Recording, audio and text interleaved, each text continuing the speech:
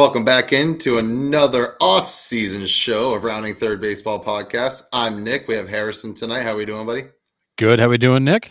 Not too bad. Not too bad. So a little bit of free agent stuff to get into. So we'll get into that first. But make sure that you follow and like us on Facebook. You can also subscribe on YouTube. You can also listen on Spotify and Apple Podcasts or wherever you get your podcasts. All right. So leading off today, we wake up and the MLB releases that Sonny Gray is finalizing a deal with the Cardinals. Comes out later in the morning that he does indeed sign with the St. Louis Cardinals for 3 years, $75 million. So Sonny Gray to St. Louis kind of continues this slow free agent signings here. It's another move the Cardinals make because they signed Kyle Gibson last week or early this week. So 2 starters that they got.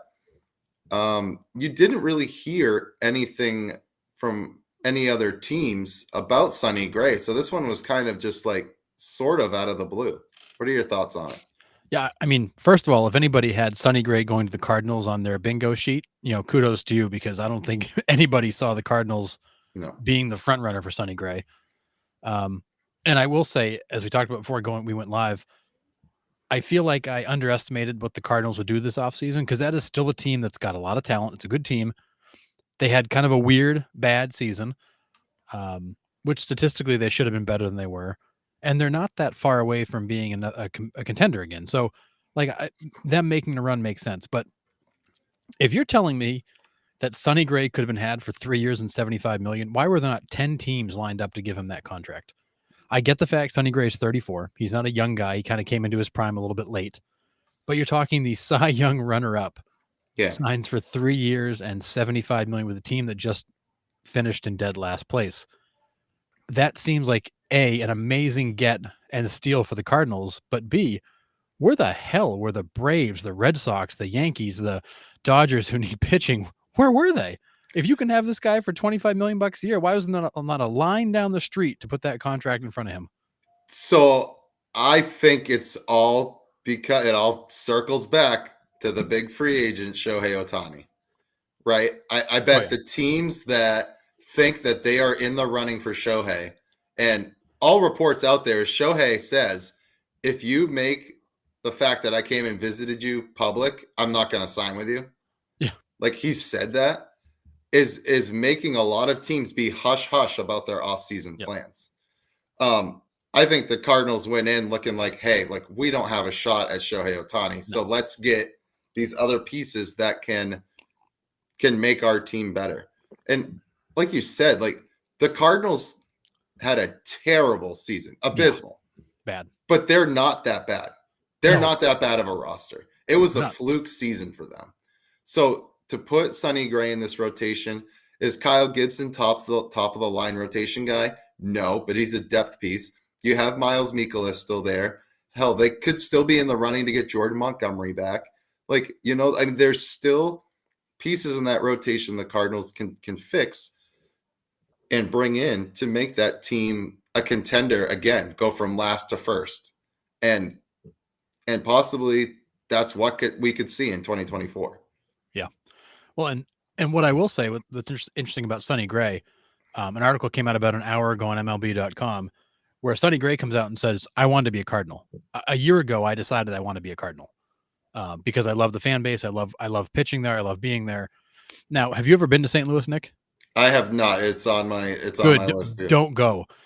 St. Louis as a city is an absolute dumpster fire. I'd rather go to Chicago than go to St. Louis. St. Louis is, when it comes to safety, crime, drugs, it's the worst. It's the worst of the worst.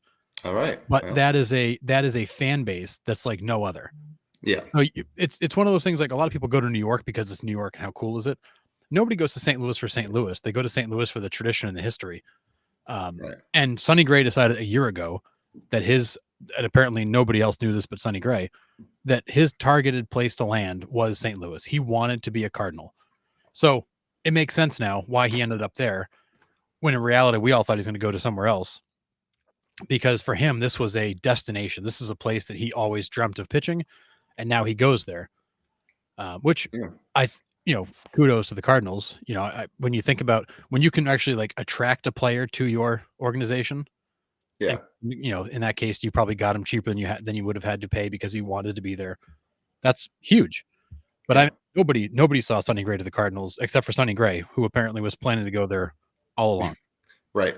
I mean, I guess there's always, those teams that players always want to seek out, right? I mean, Cardinals have a rich history of baseball. It's a great baseball town. Yeah. And I mean, like, if I ever had a shot at the major leagues, like my dream team obviously would be the Red Sox. Would I be happy to be rostered by the other 29 teams? Absolutely. Except for the Athletics. I'd rather not play. Or the Yankees. But, but like that's maybe just his dream spot. Maybe that's where the one team he wanted to pitch for before his career was over. So, and good for him. That certainly is a piece of information that makes the outlook on free agency a lot different when that's the place he was targeting a year ago. Yeah. And it also shows the fact that, or also shows why he didn't even engage the Twins in a conversation about re-signing. He was leaving, period. Yeah, absolutely. So it was just interesting. Like you said, $25 million a year for 3 years. I mean, if I was the Red Sox, I would have jumped on that and maybe even slightly overpaid. I mean, your rotation is in shambles other than Brian Bayo. You don't know who else you have on opening day. Yeah, you don't. And, Aaron Nola, 7 years, 172, call it 175 using round numbers. That's $25 million a year. But you had to give the guy a 7-year commitment. 3 years and 75 for Sonny Gray is a deal. Yeah. Good for the Cardinals. Good for Sonny Gray, since that's where he wanted to go. That's a big piece for the Cardinals to add. They need pitching. They struggled last year getting consistent starting pitching. I don't think they're done either. They can't. I mean, if you've done this, no way you're going to keep going. It wouldn't surprise me if they try to make a run at Jack Flaherty again, like maybe bring him back. I know they dealt him at the deadline, but hey, whatever. Get another depth piece for that rotation. Who knows? And like I said, Jordan Montgomery's still on the board. He is. And it wouldn't surprise me if he goes there and is the ace of that staff at some point. Yeah, but I would have thought a guy like Montgomery would have signed quick because I would have thought he was going to go back to Texas. Yeah. The longer this drags on, the less I think he's going back. And the more I think he really is going to explore his options out there because he's going to get paid. He pitched, he has had 2 straight seasons where he's been, at that kind of, maybe lower end of elite level. He's been in the top tier pitchers. Yeah. He's going to get paid. The boy's going to get paid. Yeah. He's consistent. If anything else, he's consistent. Yeah, yep. Absolutely. Other news that happened this week, the Detroit Tigers come out and signed Kenta Maeda to a 2-year deal. $24 million. I mean, does Kenta Maeda move the needle? No, but no. I forgot the Tigers could actually make free agent deals, just to put that out there. But that was my initial reaction. Who saw the Tigers signing anybody this offseason? Yeah. I mean, so that tells me that they know Erod's definitely not coming back to the Tigers. He's going somewhere else. And from what I've read, I can't remember where it was. Might have been Bleacher Report somewhere that Erod, when he left, basically said, "Don't call me. I'm not going to entertain coming back." Yeah, he did not like it in Detroit. Yeah, so they knew they had a hole. They plugged it with Maeda. $12 million a year. Thanks. That's a bargain too. So, but at the same time, like if a guy like Kenta Maeda is getting $12 million a year and Sonny Gray is getting 25, Sonny Gray is 5 times the pitcher Kenta Maeda is. For sure. I mean, Maeda in his prime, going back a few years, was good. He was a solid pitcher. Now he's just kind of like he's like a Lance Lynn. He's just a depth piece. Yep. And he might be all right in that cavernous ballpark that he's going to be pitching in. So I don't know how anybody gets the ball out of that ballpark. That's crazy. They moved the fence into 409 in center. Oh, thanks. Ooh, nice. Yeah. Thanks. Appreciate it. The big trade that happened was Suarez, the third baseman from the Mariners, goes to the Diamondbacks for pitcher Carlos Vargas and catcher Sebi Zavala. So that takes our free agency. Job with pronouncing the name. Yeah, Sebi Zavala. That's a tough one. Yeah. But so that takes away the third base market for the Diamondbacks, where we thought they could have possibly gone for Matt Chapman. We thought that could have been a landing spot for him, but you got Suarez there at third base with his 25 homers and 225 strikeouts a year.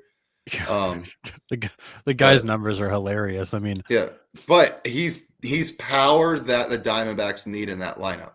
Yeah, he's a thumper they desperately need. They need that. And this is the guy that hit 49 home runs in 2019 with the Reds. I mean, the guy's had what, 4 seasons of 30 or more. One of them was 49. He's consistently good for 20 and 90. Yeah. He's going to strike out a bunch, but if you run into if you hit 20 something home runs and drive in 90 runs and strike out 200 times, does anybody care? No. Especially not in that lineup where you got Carroll and Perdomo and all those on base guys, Alek Thomas. Yeah. They're just getting on. Yeah. And that team's going to be right back at the top of the league next year as well. So, yeah, they could, a thumper like that can occasionally run into a 3-run home run would be big for them. They desperately needed that kind of power threat in the World Series. That's for sure. Yeah. They missed Christian Walker. Christian Walker disappeared in that series, the postseason really, but yeah, it was a tough run for him. It's still a hell of a run for the Diamondbacks, and I'll be watching them on day one like I was this year too. Yep. So, I mean, kind of a decent move. Didn't really see it coming. That kind of came out of left field. I mean, not really out of left field. We knew they needed a third baseman, but we thought they would just shop for it. We didn't really expect them to trade for that piece. But yeah, I really thought that was going to be Chapman's spot. Yep, but I did too. So maybe they used that and they re-signed Gurriel Jr. They used that money that they were going to use in free agency to keep Gurriel there. So I don't know. We'll see. And that's the beauty of how difficult it is to predict free agency. Is like that trade now may change the trajectory of 2 or 3 other players because the third base hole is now filled. That opens up a hole somewhere else. It's chaos in the hot stove season when there's trades being made on top of it. Yeah, absolutely. The Dodgers brought back Jason Hayward for a 1-year, $9 million flyer. I mean, why not? I mean, he could be a defensive replacement at $9 million, and you're still doing okay. He is the one player, and I've said this for years, who came up with the most hype and lived up to the least amount of it. Yeah, he is a average. He came up as the guy. He was going to be the next big thing in baseball. He was Trout before Trout. He was Judge before Judge. And he's just consistently been an average ball player. Yeah. Who plays great defense. Yeah. And I mean, from all indications, he's a fantastic clubhouse guy. Yes. So you're super respected. Yeah. So you're keeping him there to keep that clubhouse together. But yeah, good for them. Yep. Like, I don't really care anything about the Dodgers, but it's semi-newsworthy. So well, yeah. I mean, I don't necessarily care about the Dodgers, and I don't think Jason Hayward moves the needle. I mean, here's a guy who's been consistently a 1 or 2 WAR player his whole career. He's going to hit 250-ish, 260-ish, run into 10 home runs, and be a role player. Yeah, absolutely. Couple more Japanese pitchers were posted today. Imanaga, he's a lefty. He was posted, and I don't have the name of the other one, but 2 other Japanese pitchers coming over to the MLB this season, so it'll be interesting to see where they go. But yeah, so Imanaga officially posted. Oh, and Yuasawa? Yuasawa, yes, thank you. Yeah. So no idea where they'll go. I haven't heard anything about them. I don't know either of those guys. I mean, obviously we know Yamamoto because he's been the big deal in terms of players being posted. I don't know these other 2. I don't think that it was well known they were going to be posted. So no, I'm pretty sure Imanaga was on the WBC team. That's the only reason. I recognize his name. But yeah, the other one I had no clue. But whatever. So 2 more Japanese pitchers coming over, and we'll see where they end up. And then to kind of finish off the rumor mill here, Dylan Cease trade talk has completely heated up. It seems like the Braves are the most interested at the moment. I'm sure there's tons of other teams calling the White Sox, seeing what it's going to take to get Dylan Cease on their team, because I would take him in a heartbeat. Yep. And I know the Braves would for sure. I mean, Dylan Cease would be a great get. He did not have a good season last season. His all of his metrics were down. His numbers were down. He was more hittable than ever. But I think a lot of that was it's hard to get excited to go pitch for a team that was a mess. And you don't have a lot of confidence out. You're trying to be perfect. You don't have a lot of confidence the guys are going to pick you up. there's a lot of things that go into that as a pitcher where you change your approach based on how the guys are playing behind you. So I don't know if that was Dylan Cease so much as it was him trying to be, kind of super fine, knowing that the team was not going to pick him up. But that guy, when he is on, is one of the best guys in baseball. Yep, absolutely. So, yeah, it's kind of the rumor mill. I'm sure it's going to really pick up this week and next week with the baseball winter meetings right around the corner. We kind of knew it was going to be a slow-ish week with Thanksgiving and stuff. So, we'll keep our winter meetings are next week. Is that right? I believe so. So that's when stuff usually picks up. Yeah. Waiting for that Ohtani shoe to drop here any moment. Yeah, and that absolutely changes. Once that is done and known, that will completely change the landscape of free agency. And I think that's when you see a lot of activity pick up because now people know where he's going and they've got to scramble to fill the hole if they didn't get him. Yeah. It's been quiet. No one knows. They don't have an inkling on where this guy's going to go. No, it is kept so quiet. Yeah. So, which is what Ohtani wants, supposedly, saying that, if a team comes out and says something, that he's going to take him out of the running, which is crazy. But, absolutely nuts. Another interesting rumor that came out an hour or two ago is that the Reds are apparently interested in trading for Tyler Glasnow. The Rays are shopping Glasnow openly, looking for MLB-ready players and starters, ideally. That's another rumor that's gotten some steam here the last, I would say, probably 24 hours. Reds have a couple of young arms that they could ship back for Tyler Glasnow, but his name is appropriate. Glass. The dude can't stay on the field. He is a poor man's Jacob deGrom. Yes, he is filthy, absolutely unhittable when he is on the mound, but he just can't get on the mound consistently. So no, and he consistently misses large chunks of time. It's not like he's gone for like a week or two. Like when he's out, it's half a season. Like he is consistently out for long stretches of time. Yeah. All right. I think that's it on kind of the hot stove latest. We're probably still a couple weeks away from seeing a pretty hefty amount of activity. Yeah, but it will be wild once it starts flying. It's going to be crazy. So yeah, this is not going to be like the last couple of years where you've got like the big guy signing in February before spring training. Like, it's going to be a busy December and January, I think. Yeah, and like you said, as soon as Ohtani signs, it's going to be a frenzy because everyone's going to just start filling in around it. So yeah, you don't get him, you got to start making other moves quick. Yeah. All right. So as I mentioned last week, and if you've been keeping an eye on the page, we've been throwing out our current manager matchups, which has been kind of fun to see your take on it. We've had some pretty good votes on them. So we're going to go right through the first round here and go over the results because we will do round 2 this week. And we're going to put out an updated bracket at some point this week of what that looks like. But our first matchup, we started in the AL. It was Bruce Bochy against Matt Quatraro for the Royals, and Bochy wins unanimously, obviously.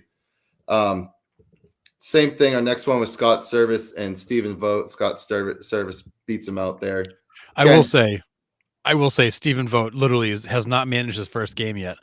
Right. But when you look at guys around baseball that are highly respected and good baseball people, Stephen Vogt's one of them. I think he will be a good manager. Another catcher.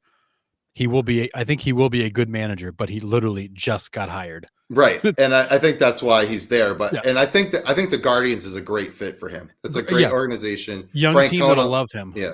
Frank Kona put that team in a great position. He's going to go in and make a good impact right away. Yeah.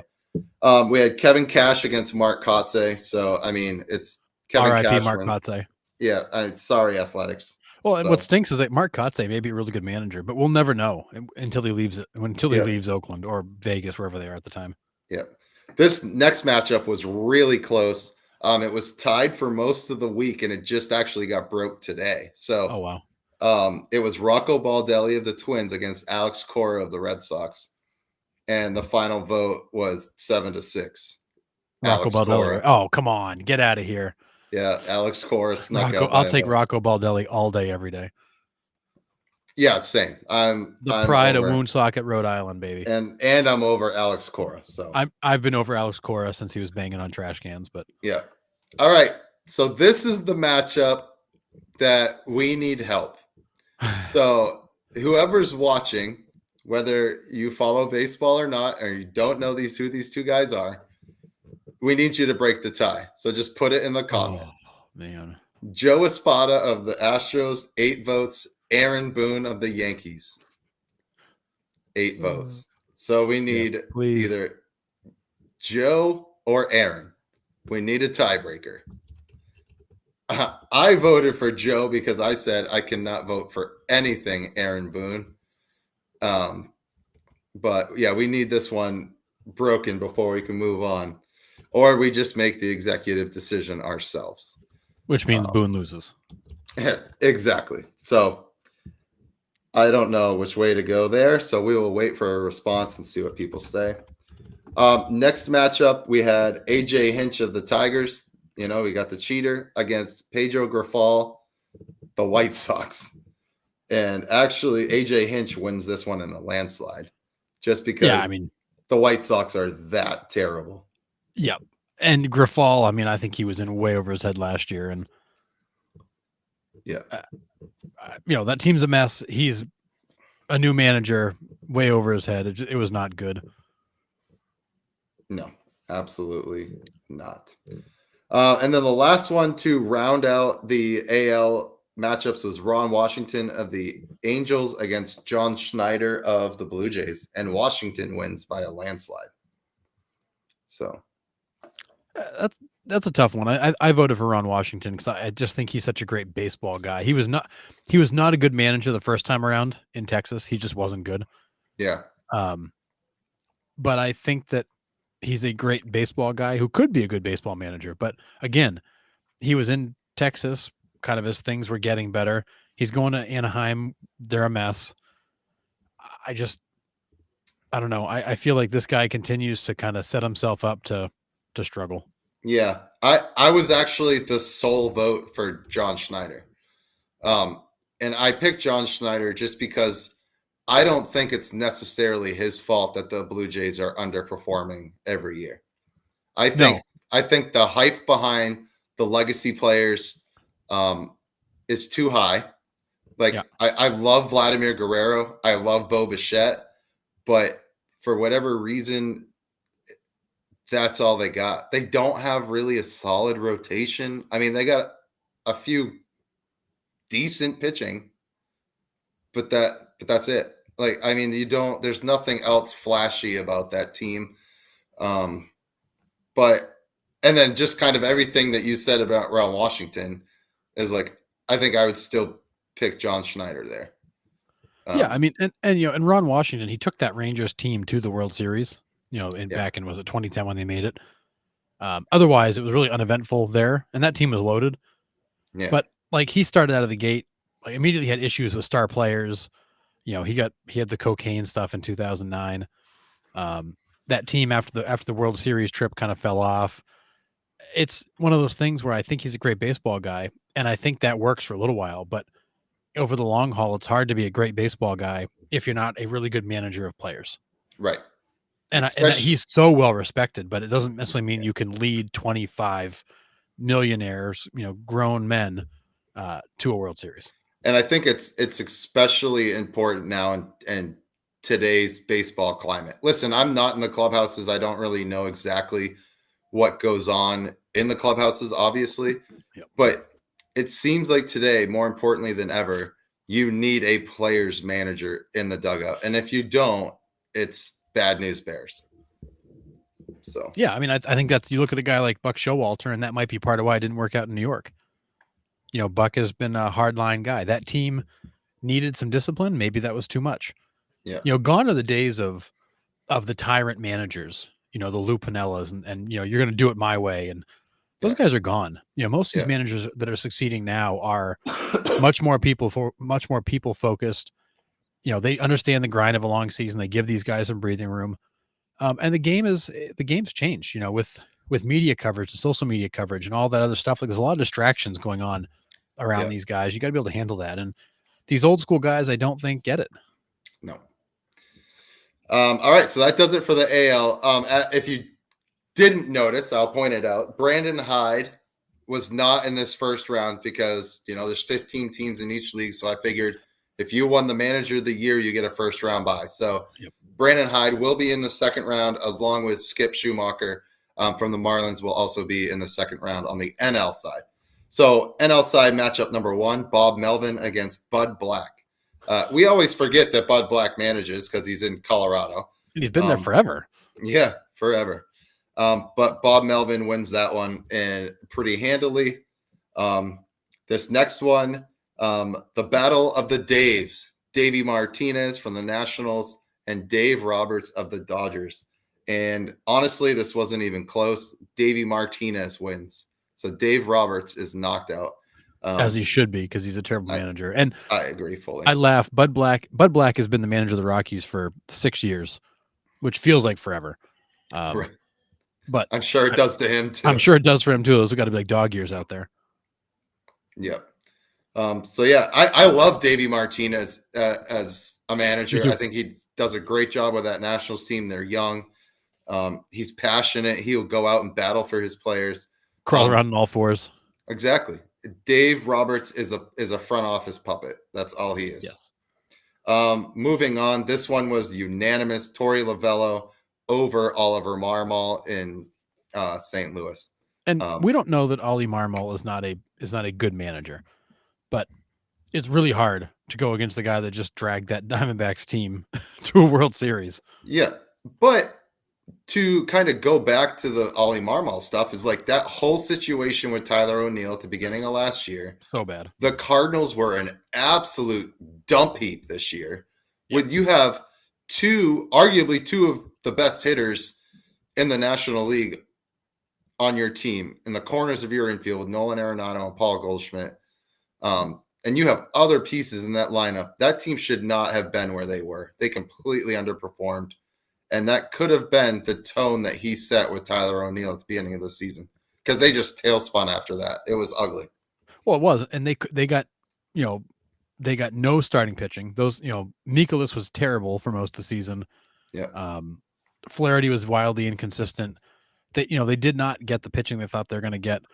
That may have stemmed from kind of what was going on in the clubhouse. The whole Tyler O'Neill situation, some players I think definitely reacted to that. That team should have been better than they were. And I'm glad to see they're aggressive in free agency because they need to rebuild it because it's too good an organization to be sitting at 71 and 91 again. I agree. But I do think there is an effect to what he did. Was it a couple of games? Was it 10 games? Was it all 20 games? I don't know. But there's definitely an effect to what he did. I agree. The next matchup we had was Derek Shelton of the Pirates against Mike Schilt, who just got the Padres job. So Shelton wins there. And I agree with that anyways, just because of what he did with that Pirates team early in the season. I mean, everyone expected the Pirates to finish last in that division, and they competed for a long stretch of time. So good for them there. He absolutely gets some credit there. And as we talked about with Schilt, this is a guy who doesn't really have a lot of pedigree in Major League Baseball. He coached high school baseball for 20 years. He was a third base coach for a couple of years. He was a consultant to a front office. Now he's a manager. We know nothing about this guy in terms of his ability to manage or his grasp of Major League Baseball at that speed. Right. No idea what to expect. Yeah. Well, that's just the Padres in general. It's not even just Schilt. Well, yeah. It's just Padres in general. And and also when you look at the contract they gave him, it's a short contract, which tells me that either they don't have, they're hedging their bets that it's not going to work out, or they're not sure what they're going to be, and they may have to tear this thing down. I think it's B. I think it's the latter. Yeah. I think they're going to see how he does. Well, it's a combo of both, just what you said. Like, they're going to see how he does, but I think the Padres are going to try to ditch all these contracts somehow. I mean, Soto's that stove's heating up. Looks like the Yankees might be the front runners right now, but that changes every 24 hours. So I don't know. The Padres are a mess. They went for broke and they busted hard. Oh, bad. And he's going to have to pick up the pieces somehow. But at the same time, if you're the Padres and you've got all those players and all that money, you're going to hire a guy who's got no managerial experience to take that over? I guess. You're not going to go find somebody experienced to try to manage that team. You're going to say, hey, dude, this is a hot mess with a lot of egos and money. You're brand new. Fix it. Well, I mean, they tried that with Bob Melvin and it didn't work. No, it didn't. You're right. So maybe that's them saying that they have to go in a different direction. So, I thought Melvin was the perfect fit for that team. We did too. Like, we were really high on that signing. We thought that would have been perfect, and it just didn't work out. So whatever. Next matchup, we had Brian Snitker against Pat Murphy, the new manager for the Brewers. Don't really know much about him, so Snitker obviously wins there. There's not a lot of managers that are going to beat Snitker anyways, but no. Craig Counsell of the Cubs, which is weird to say, against Carlos Mendoza of the Mets, and Counsell wins on a landslide there. Yeah, that's not competitive. And then today, interesting vote here is we have Rob Thompson of the Phillies against David Bell of the Reds, and David Bell takes it. I think David Bell is a very good manager who's been lost in Cincinnati's rebuild. I don't think Rob Thompson's a great manager. I think that team is good, whether he's managing them or not. Fair. But I do think that David Bell, I mean, you could argue David Bell should have been a higher up the manager of the year list than he was with what he dealt with all the new players and new faces and young players. And that was impressive what he did with that team. And then, trying to harness a guy like Elly De La Cruz. It's fair point. It's not just a matter of like young talent. You got young talents with big personalities and different skill sets. He's trying to bring that all together without any real sample set of what they can do. You're doing it on the fly because you don't know these players. You haven't seen them up close for very long. It's not like he's a 5-year vet. You know what to expect. Yeah. He was literally. It seemed like they had a new young guy up every couple of weeks, and he's trying to integrate.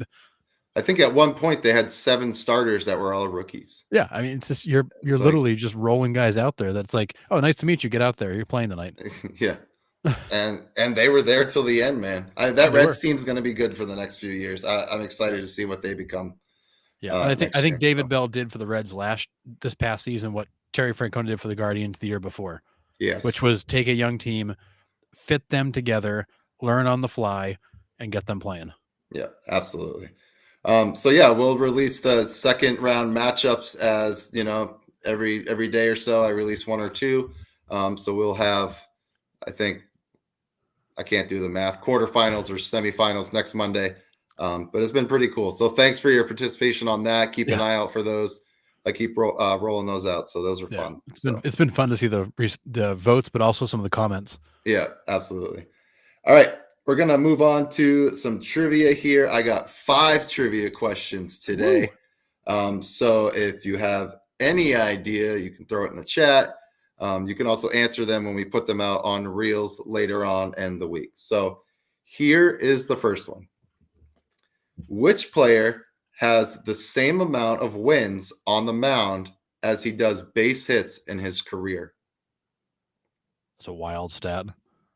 Yeah. So he's a 300 game winner. I'll give you that. Okay. So and not modern era. Not modern era.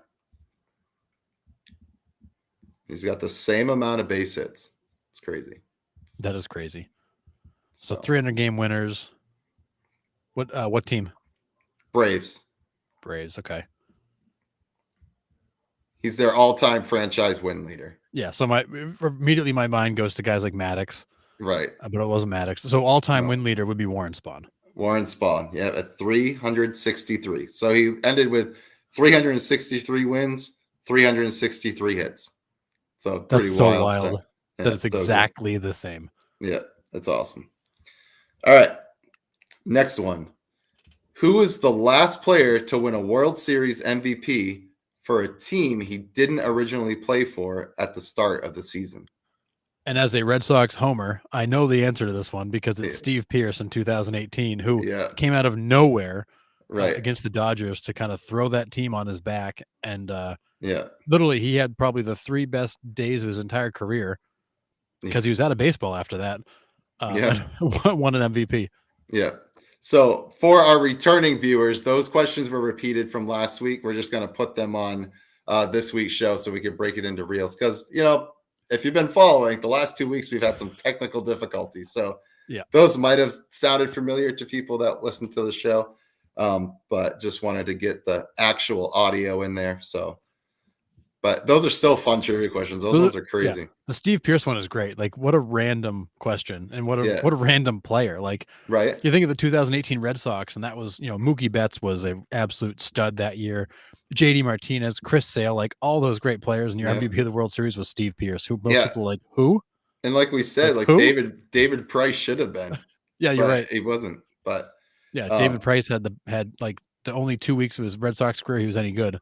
I can't remember if Pearce started the year with Baltimore that year or Toronto. I think it was one of those two. I feel like it was Baltimore, but yeah, he was a late season pickup. We're all like, why'd they pick this guy up? And then he ended up being absolutely clutch. Yeah, it was insane. 3 days in October that made all the difference. Okay. So here we go. Here's the next one. All right. Who is the only player to hit for the cycle twice in the same season against the same team? It happened in 2018, so I'll give you that clue. Yeah, that is so crazy. So 2 cycles against the same team in the same season. Yeah. Man, oh man, that is. I mean, how many guys have hit a cycle, let alone twice in the same season and against the same team? Right. So 2018 MVP. Okay, so it's either it wasn't Mookie, so it's Yelich. Yeah, Christian Yelich, and he did it 20 days apart. Oh, geez, even better. It was against the Cincinnati Reds. So he gets up, hits for the cycle, leaves that series, goes on a little mini road trip, comes back and does it again. 3 weeks later, does it again. Yeah, crazy. But yeah, Yelich's year in 2018 was silly. That was a crazy campaign. Man. That was wild. He and Mookie had ridiculous seasons. Yeah. All right, this one's really cool too. So here's the next one. Brian Moran of the Marlins notched his first career strikeout, and it caused a lot of fanfare around the league. Why was this strikeout so unique? And this one I honestly don't know, but I feel like, is this one of like the sibling situations, like he struck out a brother or somebody? He did. He struck out Colin Moran, his brother, and for his first career strikeout. I remember watching the highlights of this and how cool it was. They showed the parents and the hold up bat, because like I remember when the Smith brothers faced off against each other. You had the Contreras brothers against each other, but never with anyone on the mound. Right. It's just that's such a cool such a cool stat. The Nola brothers did it in the playoffs. Oh, that's right. The Nolas in the playoffs. Yep. Yeah. So that was pretty cool. That was his first career strikeout, dude. Like I would have that thing over the fireplace in the mantle, so my brother saw it every time he came home for Christmas. Oh my goodness, yes. I would bring it to every family event. Yeah, and just sit it on your placemat. So great. You recognize this ball? It has your signature on it because they forced you to sign it. Yeah, that is amazing. So cool. But how cool that like here you are in the major leagues facing your brother. Like the odds of one family member making it to Major League Baseball is incredibly slim, but 2? Yeah. Then you have the Molinas with 3, but still siblings in the major leagues. That's nuts. Yeah.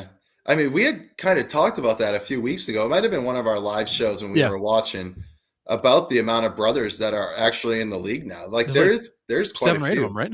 Yeah, if not more. But because I mean, Acuna's brother's close. He's probably going to be up next year. You got, I mean, there's a lot out there. So yeah, it's wild. It's kind of cool. But imagine like you're making your major league debut. You're like on the mound, and your brother steps into the batter's box. Yeah, and you K him. That's you want to ask the umpire for wiffle ball. Can I get a wiffle ball? We'll go backyard style here. Yeah, right. So cool. All right, last one I have for this week. Can you name the first 2 players in Major League Baseball history to have 5 seasons of 30-30? 30 home runs, 30 stolen bases. That's bananas. The first 5 seasons of 30-30. Yeah, the first 2 to do it in 5 seasons. So immediately my brain goes to Barry Bonds because we know how many 30-30 seasons that guy ripped off. Yep. So it's a close link is the hint I'll give you this one. So I immediately go to Willie Mays being the uncle. The Godfather. Sorry, Godfather and uncle. Yeah, Godfather. Yeah, it's not Willie Mays. Not Willie Mays. So then a close relation, the only other one would be his father, Bobby Bonds. Yeah, and that's what it is. It's Bobby and Barry Bonds. Which the irony of it is that Bobby Bonds was a good baseball player. But when you talk about Barry Bonds, you almost always talk about Willie Mays and kind of forget about Bobby Bonds. Yeah. Yeah, it's crazy. But I thought that one was pretty cool too. That's a wicked cool stat. Yeah. First two players, 5 seasons of 30-30, and it's father-son. Pretty cool. Yeah. And Bobby Bonds, who really gets very little notoriety and is completely overshadowed by his kid. Yeah. Absolutely. That's like, I remember the days of Ken Griffey Jr. playing the outfield with his dad. Ken Griffey's in center, Ken Griffey Jr.'s in center, Ken Griffey Sr.'s in left. They're playing side by side. Like, how wild is that? Yeah, and it was cool. Was it that clip that like Griffey comes over and steals it from his dad? Cuts in front of him and takes it away from him and laughs his way back to the dugout. Yeah. Like how it's amazing to think that the odds of getting there are so slim, but to do that with a father, a sibling, some kind of relative is just so crazy to think. Yeah. So it's cool. All right. I did not put out a rounding third question this week with me putting out like the manager polls and all of that stuff. So just, slacked in that department. So sorry. But we're going to head home here and wrap up some of the other news around the league. The United Baseball League, which we talked about a few weeks ago, with all these like ex-Major League Baseball players going to the Middle East and India to play in this league, started this week. Bartolo Colon went out and started and had a decent stat line. I mean, the guy's 50 and he's still out there playing. But the most interesting part of this is the Moneyball situation. So I don't know the exact rules or when it can come out, but a team can call for a Moneyball, and it's literally a gold baseball. And it's either for that at bat or that inning or whatever, they play with that gold baseball.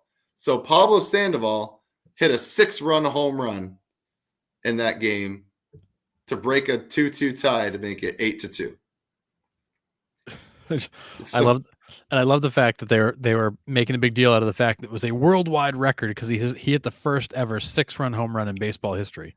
It's like, I mean, they're not wrong. No, but it's like a completely made up thing. Yeah. It's like you hit a 6-run. There's only 3 bases and a batter, guys. Like there's no 5 and 6 out there, but right. But yeah, it was a worldwide record. Nobody's ever hit a 6-run home run before. Well, no kidding. They can't. I'm waiting for them to play it like, you remember like Matt Ball and Jim where you could just have as many people on one base as you possibly. Like, love it. I'm waiting for that to happen. You got like 4 runners on second base. Yeah, or you can you can play everything. Everything's live, so like you can bounce it off the bleachers and come and still play it. And right, yeah, so crazy. A 6-run homer. So wild. I mean, a little bit gimmicky. I haven't seen a game yet, but I'd love to watch one. Sit down and watch one day and just see what it's all about there. But yeah, I just thought that was pretty fun. Did you see the video of Bartolo Colon having his 1-2-3 inning against? It was Robinson Cano, Didi Gregorius, and I forget the third player, but he had it was Alejandro De Aza. Yeah. So 50-year-old Bartolo Colon in his first inning of pitching got Robinson Cano, Alejandro De Aza, and Didi Gregorius 1-2-3. Yeah. At 50 years old. And I want to say he topped out at, was it 86, 85? Like, yeah, something like that. For a 50-year-old guy, I mean, holy cow. Yeah. And it was cool. I think Gregorius, flew out to the warning track. And as he was coming back in, Bartolo just like hit the weights, dude. Yeah. Yeah.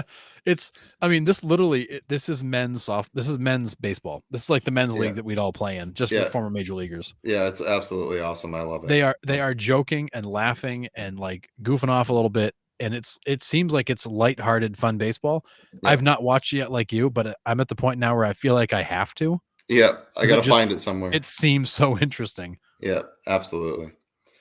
The last thing I have, Zach Britton has officially retired. Kind of knew it was coming. He's had a lot of arm troubles the past few years. I mean, really his whole career, minus a few dominant years. But I mean, that was a dude when he got on the mound, you're like, yeah, it's lights out. It's game over. for the Orioles and the Yankees there. Yeah. Like that stretch there, Yeah, he was not completely long for the Yankees, but for a little while. Yeah. But it's really when he went to New York, it seemed like that's when his problems just turned up. Yeah. Like it got worse. Well, just like every injury problem with New York. So I was just going to say, like everything with the Yankees, is guys go there and they get hurt. But yeah, you know, what are you going to do? Yeah. So yeah, I mean, and then I do have Mike Shildt. Obviously, we kind of touched on him earlier. Introduced as the Padres manager, beating out Ryan Flaherty, which we were kind of pulling for, being a Maine boy. We were really hoping that Ryan Flaherty would have gotten that, but I think Flaherty's going to get his chance. He's been in that organization for a few years. He's getting his feet wet. He's going to be in there. So, yep. So, he's been there. He's done a good job where he's been. He'll get his shot. It'd be nice. You know, you got Sam Fuld from New Hampshire, who's in the front office. You got Ryan Flaherty, who's bound to get a managerial job. It's good to see, you know, Northern New England, Maine, New Hampshire have some serious representation. Yeah, in Major League Baseball. Absolutely. So that is all I had. I know it's a nice quick show, but that's all I had for this week. Do you have anything to add for news this week? Just a couple of small things. So Imanaga, just to remind people, he was the guy who won. He was the winner in the World Baseball Classic final against the U.S. for Japan. So that's where we've seen him before. He was pretty lights out in that in that whole thing. Yeah. And then one other thing I'll add is that there's been a lot of talk about Joey Votto, and apparently Joey Votto is open to talking to other clubs. He is 40. Really? He's not closing the door on his career, but he's also not willing to just go be a bench player either. So it looks like Joey Votto is open to talking to teams that need, you know, a first baseman for a season or so. He doesn't want to hang him up just yet, but he's not just going to go anywhere. So I think it's good to hear that Joey Votto is open to another opportunity, but he's not just going to take anything that comes at him. If there's a good one, he'll take it. If there's not, he's going to retire. I just hope MLB finds a way to bring him in and keep him around. I agree. That's interesting, right? Because Joey Votto, if he does go somewhere, he obviously wants to play, right? Absolutely, and he thinks he still can. But which I think he can. I mean, he had an injury-shortened season and still hit almost 20 home runs, I think. So, yeah. I mean, but does he want to go to a contender or does he want to play? Like, that's another kind of slippery slope because you're like, there's not many teams that have a first base spot open that is a contender. Right. You know what I mean? Like, if you want to go and play, like, chances are you could go to the Pirates. You could go to the Royals. You could go to the Rockies, like something like that. But there's not many teams that are contenders that need a first baseman at this point. Yeah, one interesting team that popped up, and obviously this is all speculation at this point. It's all rumor mill, but one interesting team that popped up is the Blue Jays. You know, he could DH there. Yeah. He could swap in and out and give Guerrero Jr. a break. He's from there, so there's certainly interest for him to go back there. So I think for him, you know, an ideal situation might be to go to like Toronto for a year, go home, play one more year, you know, on a team that should be good again. They should be playoff bound. Yeah. Doesn't mean they're going to win anything in the playoffs because they historically don't. But it'd be nice to see him do something meaningful versus go slog it out in Kansas City for a year just for the hell of it. Like, yeah, he would look good in those baby Blue Jays too. And he'd be so good for that team. You know, you want to talk about, you know, you got some interesting personalities and kind of a weird vibe. He would be so good for that clubhouse, that organization, that fan base. Toronto is always one of those teams that is like, they tease you with the talent. You think they're going to be good. They don't always draw great in Toronto. I feel like he'd fill some holes for them. And if they can get him for what he's probably worth, you know, $8 to $10 million a year, he'll probably sell enough tickets to offset his cost. I'd go in a heartbeat. Like I've said it before, I was so heartbroken when I went to Cincinnati and he was on the shelf. I was like, damn, he's the one guy I wanted to see. But I mean, I hope for his sake, not even his sake, the MLB's sake, that they find a way to keep this dude involved in the game somehow.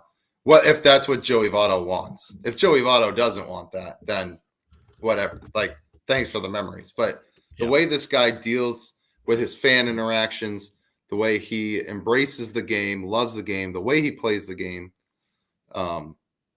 it's how every Major League Baseball player should strive to be. Yeah, it's just absolutely amazing. It's going to be heartbreaking to see if he doesn't come back. It will be weird to see him out of another uniform other than the Reds. Will be strange. But if he's on the Blue Jays and I get to watch him every night, I'd be all set with that as well. Yeah. So, obviously he's out with the Reds. There's been no conversation to bring him back. The Reds are like, no, we got no spot for you. Sorry, Joey. He wants to play another year. For the right situation, he will. Toronto's one that's emerged, but I'll be curious to see what becomes of him. But it's just good to hear the fact that he's not necessarily saying I'm done, but he's not just going to go anywhere either. Because it'd be a shame to see that guy go out, somewhere terrible. Yeah, I mean, we knew that they weren't going to pick up his $20 million option for next year for his age 41 season. No, $20 million is ridiculous. Yeah. But I was hoping that they were going to like not tender it and then just offer him like a $5 or $6 million deal to come back for a year. Yeah. Like that's what I was ultimately hoping for. Doesn't sound like that's going to happen, but and I don't know why with that young team you wouldn't want that veteran presence to come back again, even if he's, give him $5-6 million. You paid him $8 million in a buyout. You're still going to save $5 or $6 million for Joey Votto next year between the buyout and the new salary. Right. And you get to hang on to him and have him be part of that rebuild. But right. I think the Reds see it as, well, we'd rather get more young guys, more at bats, and we'll take our chances. Which is fair. So it's, I guess the main point here is that Joey Votto certainly is open, which is good to hear. Yeah. Let's see what that means. Yeah. I mean, we'll see. So, all right. Anything else for this week? That is it. It's a quiet week. I'm really curious to see what the next domino is to fall. I did not suspect it would be Nola and Sonny Gray to be the first to sign. They make sense, but I did not see them signing early. I mean, if you look at it, they kind of are. I mean, other than Yamamoto, obviously, probably two of the top 5 starting pitchers available. So it kind of doesn't surprise me because they kind of set the market, right? Because Ohtani's market for starting pitching, he's in his own market. Yeah, he's in a different category. Like, so it kind of doesn't surprise me that they waited. Now the hitters, that's kind of different, right? Because you can kind of go off what Ohtani gets as a hitter, sort of. Kind of, sort of, yeah. And we have no idea what Ohtani's contract structure is even going to look like. No, it's a weird dynamic because everybody's waiting for that shoe to drop. Nobody knows what to expect, what it's going to look like. Everybody knows it's going to be bananas, but it's not comparable to anybody else. It's not like if he gets $50 million a year, that all of a sudden Sonny Gray should get $50 million a year. Right. It's just, you can't compare him to anybody because what he does is different. Right. And he's not even going to be doing it next year. Yeah, or true. Maybe even half of 25. We don't know when he's going to be able to come back, if he's even going to pitch again. This is the second Tommy John, so we'll see. And it's setting that market's going to be hard because what you're buying is a DH. Yeah. And that's not, as we've seen, that's not a super valuable position. Yeah. Because Ohtani's shown that he does not have a lot of defensive ability. Like, he's just not a good outfielder. And honestly, if a guy's going to pitch to, you don't want him running around in right field. You want him just hitting. So you're getting a DH, which is not a high value position, with the chance he could pitch, which is a very high value position. And setting that market's going to be hard. Somebody's going to have to just go out there and throw something at him. Yeah. Yeah, absolutely. And especially there's no comparable to set that market. It's just it's gonna be its own thing. No, and especially with it being so quiet, I bet there's teams. I mean, I'm sure they know about what it's gonna take to get him, but we have no clue. Like, we're sitting here and we're lost. Like, what do the years look like? What do the figures look like? What does the yearly salary look like? Right.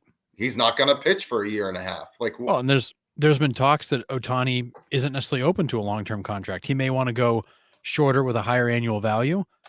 versus going longer with lower annual value. So you look at a guy like Xander Bogaerts who signs an 11-year deal at what we thought was a low annual value, but he got all those years. Right. Ohtani's saying, I don't necessarily want that. I want what I'm worth. And if Right. I've got to sign a shorter term contract to do it, I will. Yeah. So it's really, I think he's going to dictate a lot of how that turns out. And it's going to be how, he's going to be more valuable in 3 years than he probably is today because he's going to be over the injury. He may just be looking for a 2 or 3 year contract, knowing he can go back out and get paid again. Yeah. It's going to be interesting, whatever happens, and I'm here for it. I can't wait because the internet might break when he signs. Like it is going to be. He's a Boris client, right? I would almost imagine. I would assume so. He's got everybody, right? Oh no, Ohtani's agent is Nez Baleo. Okay. No clue. Not a clue. So okay, never mind. Well, that guy's gonna make millions of dollars off this one deal, so I guess he can retire after this too. So he's considered a sports super agent. His clients include Shohei Ohtani, Sandy Alcantara, Ryan Braun, Adam Jones, Andre Ethier. Okay. So I mean he's represented some pretty big name guys. Yeah, so he's been around. Nice. So yeah, this is not like some brand new agent. This is a guy that's got a history. He's just he's not Scott Boras, but he's got a history. Right. He knows his way around the league. So yeah, he's not a fresh off the turnip truck. No. So yeah. All right. Like we said, we will keep everybody posted as all of this craziness starts to unfold, hopefully here in the next couple of weeks. Keep an eye out for the managers bracket round 2 that will be out this week. Like I said, I'm actually going to put out a full bracket so you can see the names, how they're going to match up in the final rounds here. And then you guys can go on and vote for that and follow the bracket live as we're voting for it, which would be pretty cool. And we'll see who our viewers think is the best current manager out there right now. So it's going to get tough towards the end. There's going to be some really hard decisions to make. Yes, absolutely. So yeah. So thanks for watching. Before you go, just make sure you hit that like, that subscribe button. You can follow us on Facebook, subscribe on YouTube. You can also listen on Spotify and Apple Podcasts or wherever you get your podcasts. You can share our podcast, share our reels. You can send us messages, posts, tag us in posts, whatever you guys want to do. You can interact with us. We're pretty responsive on your comments and stuff. So we love that interaction. So keep it up. Thanks for your support. And we will see you guys again next Monday at 8 p.m. Yep.